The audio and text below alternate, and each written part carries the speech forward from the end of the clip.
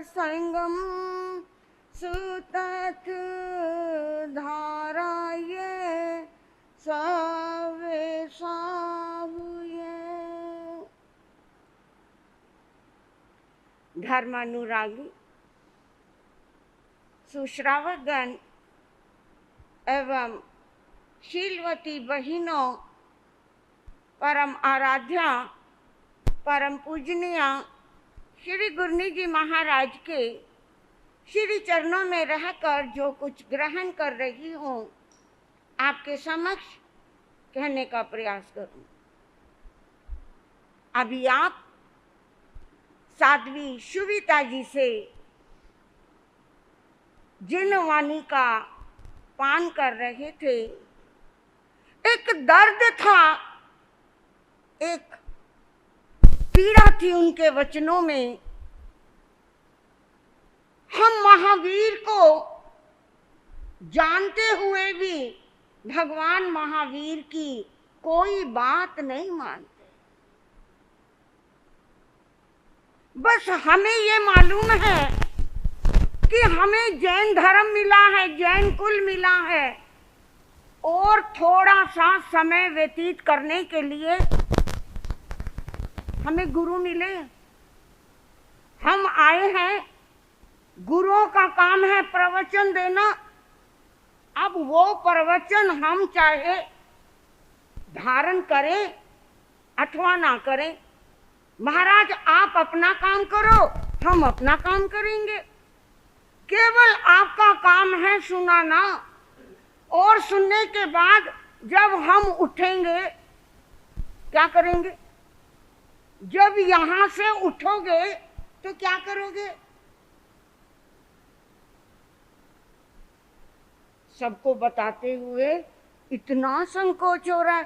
अरे हर रोज यही काम कर रहे हैं, अनादि काल से यही काम किया है, तभी तो आज तक हमारे जीवन में कोई प्रगति नहीं हुई। धन्य है वो श्रावक जिन्होंने भगवान की वाणी को सुना और भगवान की वाणी को सुनकर आत्मा में धारण किया, जिन्होंने भगवान की वाणी को रोम रोम से सुना, कण कण से सुना और आत्मा में धारण किया, अपनी आत्मा का कल्याण किया। इसीलिए महापुरुषों ने कहा, इस जगत में ऐसा कौन व्यक्ति है जो चिंतित नहीं है, लेकिन इस संसार में वही व्यक्ति सुखी है, वही व्यक्ति चिंता से मुक्त है, जिन्होंने संसार से राग को छोड़ा है, भगवान के चरणों से अनुराग को जोड़ा है। वही व्यक्ति इस जीवन को पाकर हरे भरे रहे हैं, संपन्न रहते हैं, जो भगवान महावीर के चरणों में आ जाते हैं, उनके वचनों को हृदय से सुनते हैं और प्रभु महावीर के चरणों में समर्पित हो जाते हैं। बंधुओं, 7वें अंग शास्त्र उपासक दशांग सूत्र को आप सभी बड़ी श्रद्धा से सुन रहे हैं। अभी तक आपने श्रवण किए आनंद गाथापति, कामदेव गाथापति, जिन्होंने अपने जीवन को भगवान के वचनों पर समर्पित कर दिया।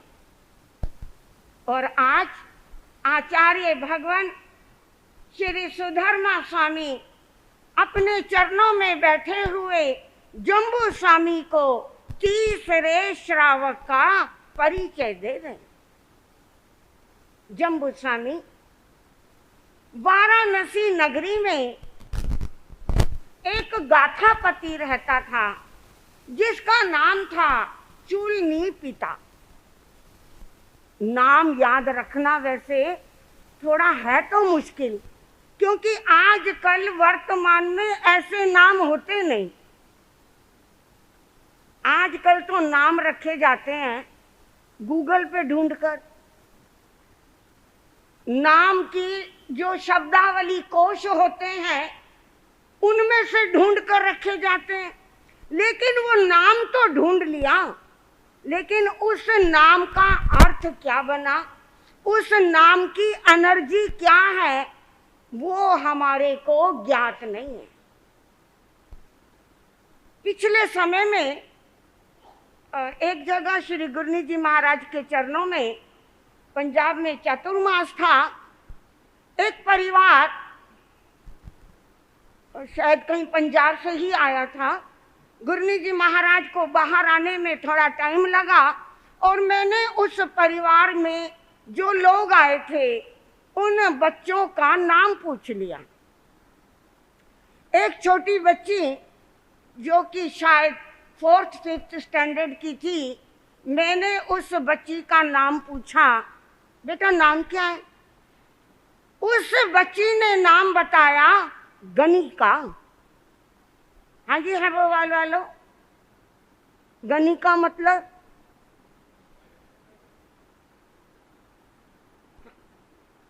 किसने बोला? क्या मतलब है गणिका का? हाँ जी, मैं उस नाम को सुनकर स्तब्ध रह गई। मैंने उसकी नानी माँ से पूछा कि इस बच्ची का नाम किसने रखा था? नाम तो इसकी मौसी ने रखा था। मैं कहा उसकी मौसी को हिंदी आती है? हाँ महाराज, हिंदी तो खूब पढ़ी हुई है वो। मैं कहा गणिका का मीनिंग पता है आपको? नहीं महाराज जी, गणिका का मीनिंग तो नहीं पता। जब मैंने उन्हें गणिका का मतलब बताया, मैंने कहा जब ये बच्ची बड़ी हो जाएगी, जब ये अपने नाम का अर्थ समझेगी तो आपको ये क्या कहेगी? तो महाराज जी अब क्या हो सकता है? अब हो ये सकता है आप इस बच्ची का नाम बदलो। जहां जहां इस बच्ची का नाम लिखा हुआ है इस नाम को बदलो। इस नाम के बदले कोई अच्छा नाम रखो जो अर्थ संगत हो और आप उस नाम से इस बच्ची को पुकारो। जो ये श्रावक हैं, श्रावक का नाम है आपकी तरह राजीव या कपिल, पवन, अशोक, ऐसा नाम नहीं था उनका। उनका नाम था चुलनी पिता।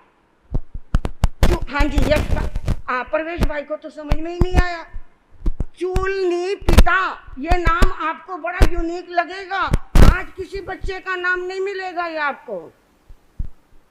वो चुलनी पिता गाथापति तो है ही, लेकिन अपने नगर वाराणसी में ये सार्थवाह के पद से जाना जाता है। सार्थवाह होता है जो व्यक्ति अपने नगर में, अपने नगर से बाहर किसी व्यक्ति के पास अगर धन की कमी है तो वह व्यक्ति सार्थवाह उस व्यक्ति को अपने पास से धन भी देता है, वस्तुएं देता है और अपने साथ देश विदेश में व्यापार करने के लिए लेकर जाता है।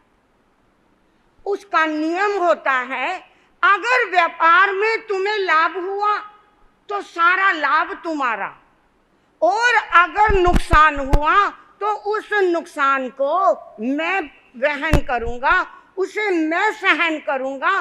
तुम्हें व्यापार करना है, तुम मेरे से धन लो, तुम मेरे से वस्तु लो, और ऐसे व्यापार करते करते तुम भी समाज में एक प्रतिष्ठित व्यक्ति के रूप में जाने जाओ।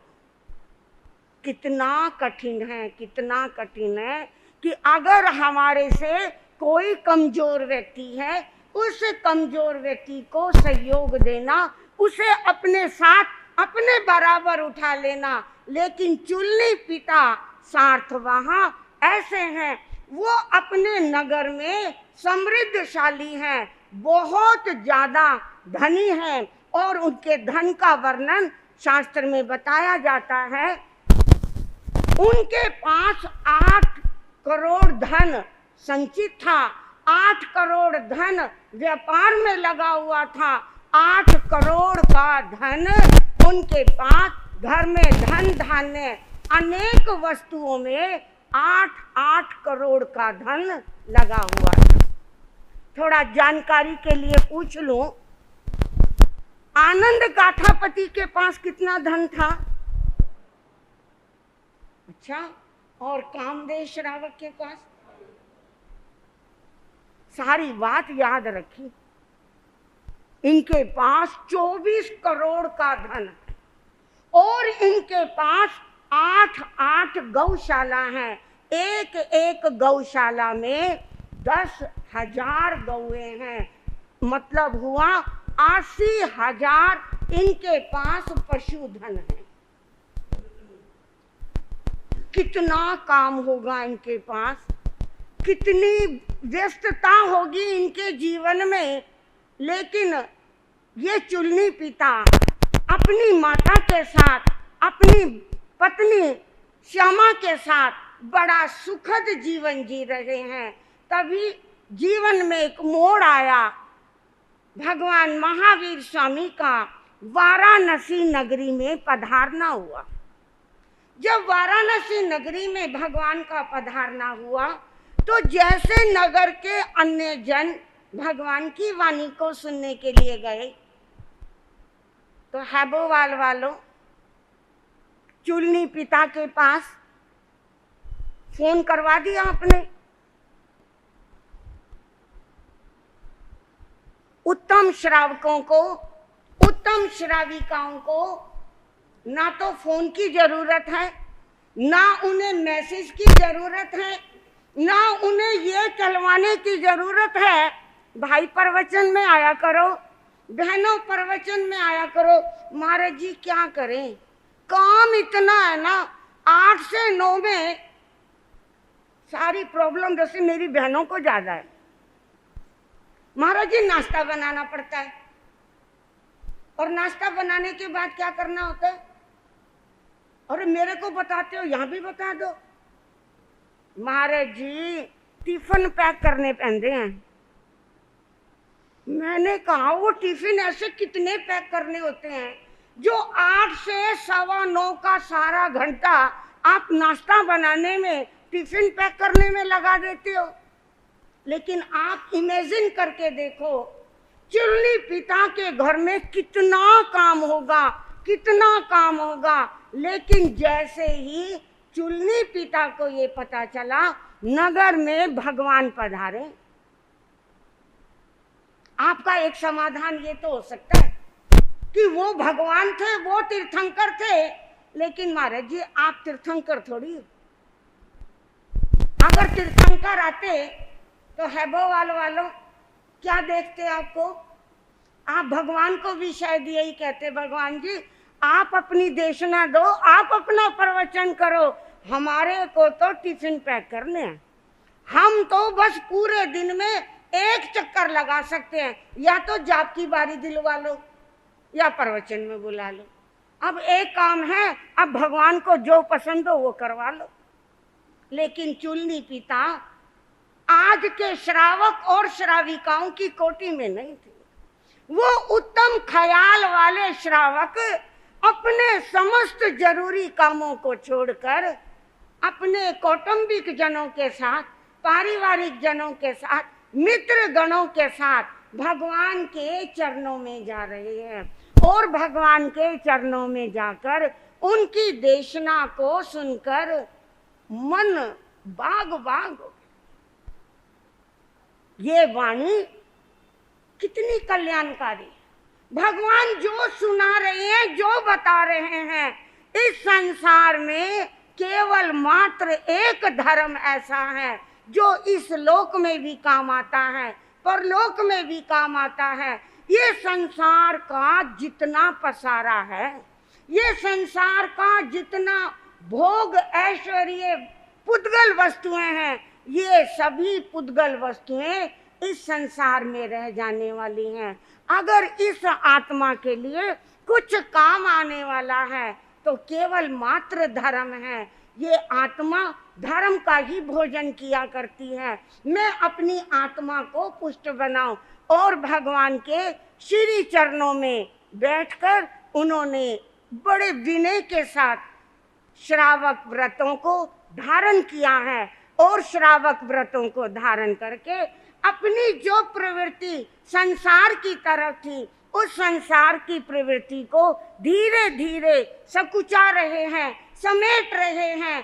अब उन्हें लगता है अब संसार का जो ये पसार रखा है, ये संसार फैला रखा है, अब इसे सीमित करना है, अपनी आत्मा का कल्याण करना है। अपनी आत्मा के कल्याण के लिए अब वो किस राह पर चलते हैं, अपने जीवन में वो किस रास्ते को चुन रहे हैं, समय आएगा आपके सामने चर्चाएं करेंगे। इतना ही